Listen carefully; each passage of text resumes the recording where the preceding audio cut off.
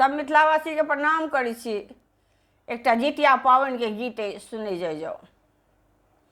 जितिया के व्रत बड़े भारी गे बहिना, करबै कोना उपवास।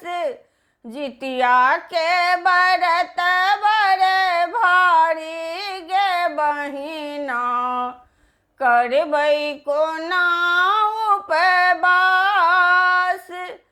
करबै कोना गे, करबै कोना गे, करबै कोना गे, करबै कोना गे।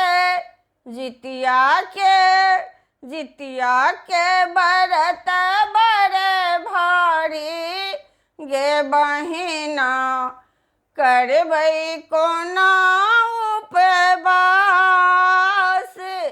जितिया के व्रत बड़े भारी गे बहिना, करबै कोना उपवास।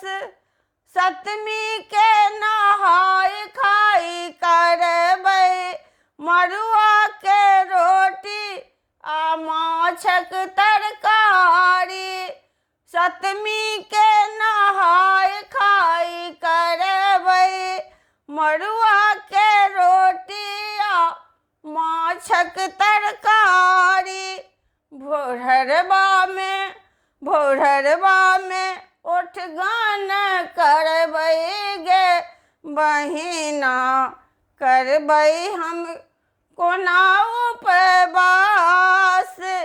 जितिया के व्रत बड़े भारी गे बहिना, करबै कोना उपवास। विधि विधान सँ पूजन करबै, अष्टमी के दिन हम निर्जल रहबै। विधि विधान सँ पूजन करबै, अष्टमी के दिन हम निर्जल रहबै। नवमी के करबै हम पारण गे बहिना, करबै कोना उपवास।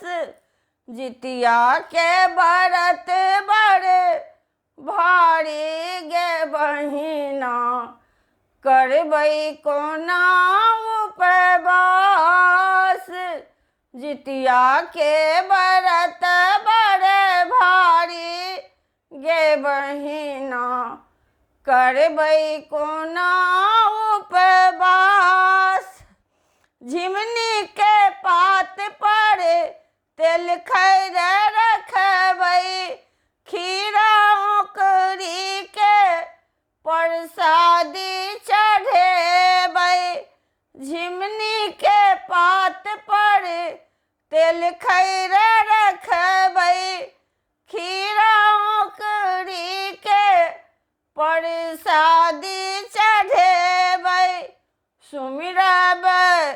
सुमिरब सब परिवार गे बहिना, करबै कोना उपवास।